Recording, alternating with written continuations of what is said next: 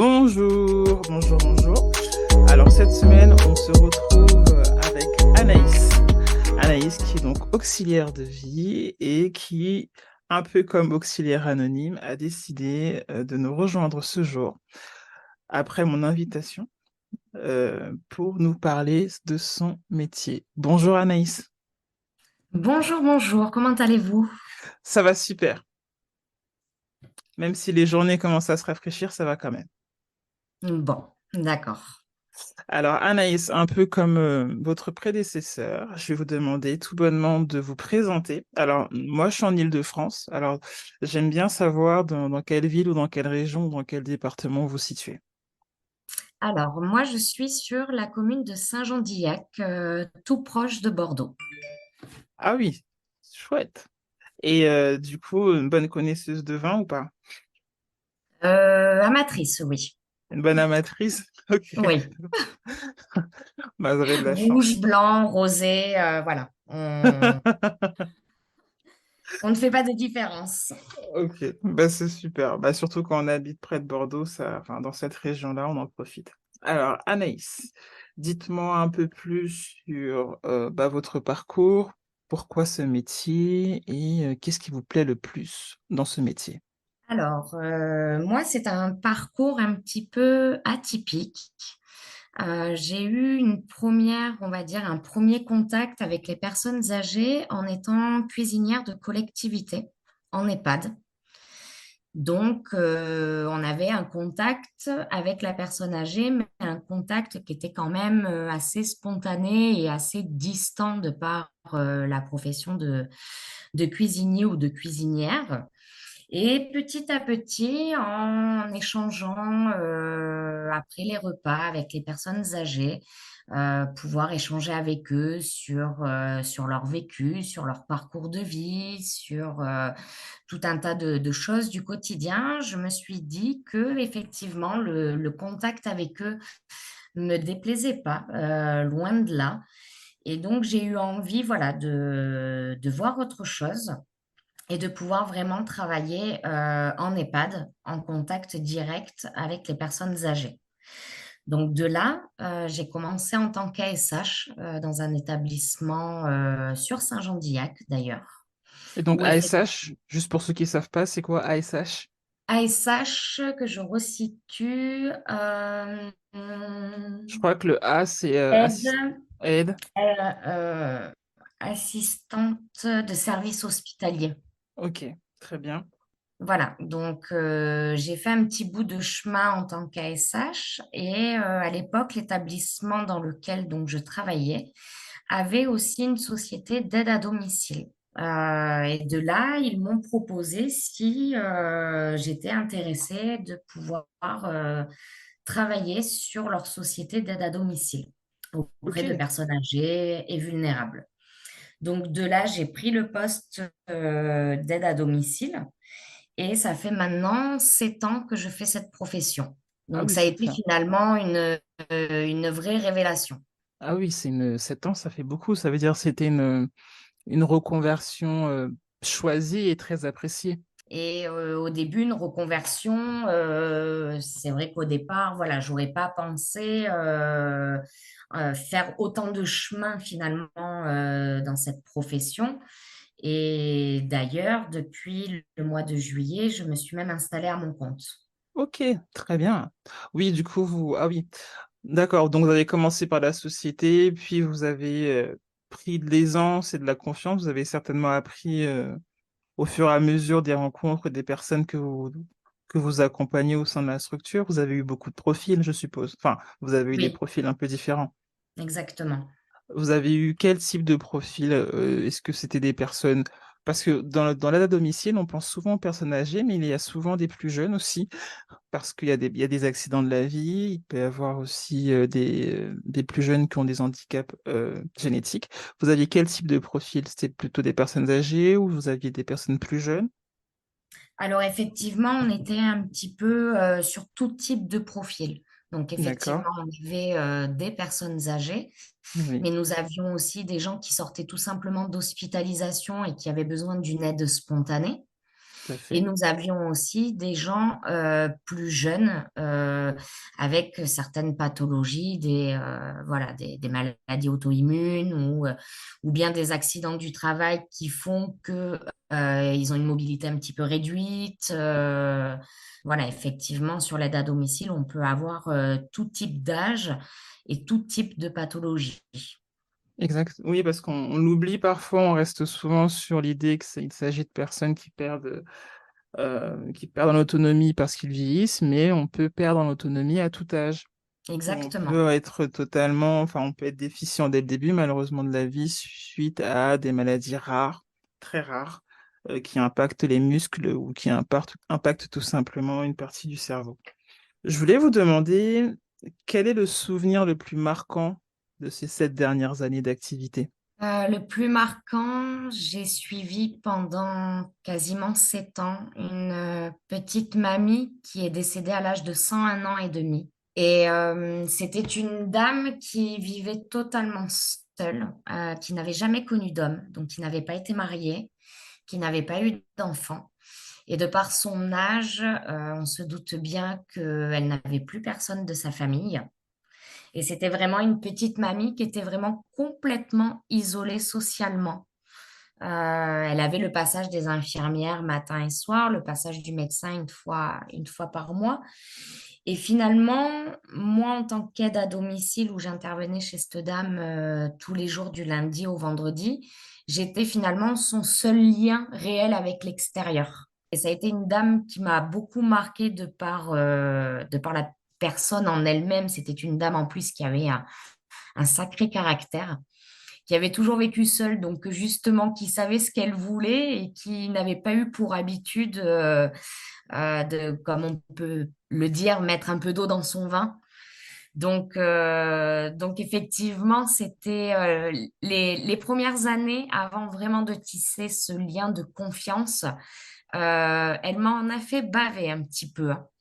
Je vais pas vous mentir, ça n'a pas toujours été simple, mais elle m'a vraiment marquée, cette dame, euh, parce que par la suite, avec les années, voilà, ça aurait pu être ma grand-mère, même mon arrière-grand-mère au vu de son âge. Et elle savait que j'étais là pour elle, qu'elle soit de bonne ou de mauvaise humeur. Et donc, on a vraiment tissé un lien très proche. Et j'ai pu l'accompagner presque jusqu'aux derniers instants. Donc, c'est vraiment quelque chose que je garderai en mémoire. En tout cas, c'est une très belle histoire. C'est une très belle Du coup, c'est un métier où vous pouvez dire aussi que c'est enrichissant pour vous parce que du coup, à 101 ans, elle avait beaucoup de choses à raconter. Elle en a vu des choses.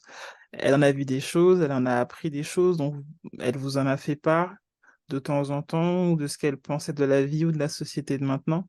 Tout à fait. Puis alors en plus, ce qui était un petit peu rigolo, c'est que c'était une dame qui avait des troubles cognitifs et un début de maladie d'Alzheimer. Forcément, il y avait des jours où il n'y avait pas du tout de cohérence dans son discours. Mais à l'inverse, elle avait des moments où elle était très lucide et où justement, jusqu'aux derniers instants, elle suivait les actualités. Et donc, avec son franc-parler et puis cet écart générationnel qu'il pouvait y avoir entre maintenant et son époque à elle, c'est vrai que des fois, on rigolait bien, quoi. Et vraiment, vraiment, de par voilà, ce qui pouvait se passer ces dernières années, comme le Covid, les choses comme ça, je me rappellerai toujours, elle m'a dit, oui, ben, notre cher président, il nous a dit qu'on était en guerre, mais lui, il l'a pas connu, la guerre. Ah Et oui, oui, oui. elle avait raison. Elle avait Elle raison avait parce raison. qu'effectivement, monsieur notre président Emmanuel Macron nous avait fait part qu'on était en guerre à ce moment-là pendant le Covid, hein. Mais je pense qu'il a fait une erreur aussi en parlant de guerre même sanitaire, parce que moi, j'ai des gens à domicile qui ont connu la guerre. Oui, Et donc ça eux, les a ils marqués. ont entendu le mot guerre, donc on arrivait à domicile, ils étaient barricadés, ils étaient dans la peur. Parce que quand on a en face de nous des gens qui ont 90 ou 100 ans, qui ont connu la guerre, qui ont des troubles cognitifs, qui ont des débuts d'Alzheimer, le cheminement dans le cerveau n'est pas le même que le nôtre. Nous, on a compris que c'était une guerre sanitaire. eux, ils ont retenu le mot guerre. Donc, ça a pu affoler énormément de gens à domicile, de personnes vulnérables qui sont en plus de cela bien souvent socialement seules. Oui, donc à cet âge-là, en termes de, comment dirais-je, le subconscient, la seule chose dont le subconscient se souvient lorsqu'il entend guerre, enfin, la mémoire va juste rappeler des choses pas très joyeuses pour celles et ceux qui ont pu connaître cette période, même l'après, parce que l'après n'a pas dû être facile, parce que si on a 4 ou 5 ans, je sais pas, en 44, 45, même si on vient même de naître à 44, 45, on va connaître la reconstruction du début, donc je pense pas que ça a dû être assez simple non plus. Ça n'a pas forcément... Il y a des gens qui ont connu des privations, qui ont C'est ça. connu des rationnements. Donc, c'est C'est vrai que, voilà, il y c'est a, c'est pas avec l'écho, c'est pas l'écho le plus positif pour une personne d'un certain âge. Non, et c'est là qu'il faut justement faire attention au dialogue qu'on peut avoir avec les personnes âgées, parce qu'on ne vit pas dans la même époque que eux ont pu vivre. Et les mots, il faut savoir les peser justement, parce que ça peut avoir une connotation quand même un petit peu différente à un certain âge. Tout à fait, je suis entièrement d'accord avec vous. Euh, on va rester un peu sur les mots avant que je pose mes prochaines questions. Alors, c'est intéressant lorsque vous dites, oui, il faut faire attention à ce que l'on dit aux personnes âgées. Alors, moi, j'ai pas pratiqué ce métier, mais ma mère, mes tantes, beaucoup de leurs amis, j'ai connu ce métier depuis que je suis très très jeune. Depuis ma mère a 75 ans aujourd'hui, donc ça vous laisse voir depuis quand. Euh, il faut faire très, elle me disait qu'il faut faire très attention à ce qu'on leur dit, parce que comme vous le dites, ce sont des personnes qui soit parfois vivent seules ou parfois en couple, peu importe, mais ils n'ont pas la même sensibilité aux choses. Et j'ai remarqué, durant ma mère m'a fait comprendre, et mes tantes, ou certaines de mes amies ont pu être auxiliaires de vie lorsqu'elles étaient étudiantes, elles vont développer une certaine anxiété lorsqu'on leur fait part de choses que l'on vit dans nos quotidiens. Et vu qu'on est des humains, heureusement, eh ben, on a une certaine empathie. Et ce sont des personnes qui ont du coup beaucoup d'empathie pour les personnes qui les accompagnent. Est-ce que pour vous, lorsque vous travaillez auprès de ces personnes, il vous arrive de vous confier à elles ou à eux et est-ce que vous ressentez de leur part de l'empathie ou est-ce qu'ils ont envie de vous conseiller? Est-ce que ça vous est déjà arrivé de vous confier sur des choses personnelles auprès des personnes que vous accompagnez? Alors oui, j'ai une dame en tête justement, une petite mamie qui, elle, avait toute sa tête, à qui j'ai pu me confier à un certain moment donné dans ma vie. Mais j'essaye toujours de garder quand même une grande distance entre ma vie privée et le moment où j'interviens à leur domicile, parce qu'effectivement, comme vous avez pu le dire, ce sont des gens qui peuvent vite angoisser, même si la situation ne les concerne pas. Et bien sûr qu'on est là avant tout pour les préserver. On n'est pas là pour leur rajouter de l'anxiété ou des questionnements.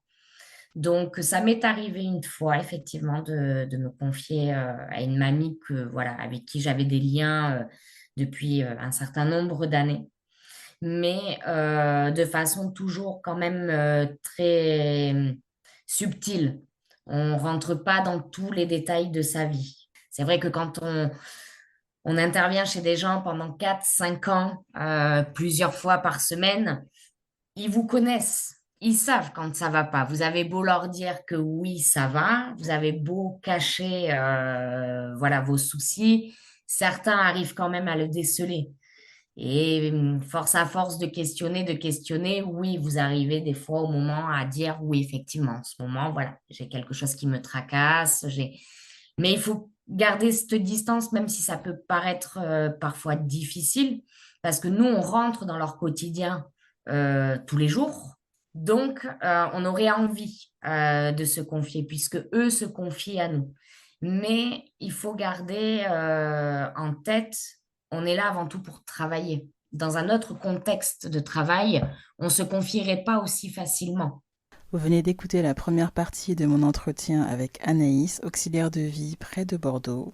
La semaine prochaine, lors de la deuxième partie, on abordera les difficultés de recrutement, surtout à la suite du Covid, et justement l'impact du Covid sur la perception du métier.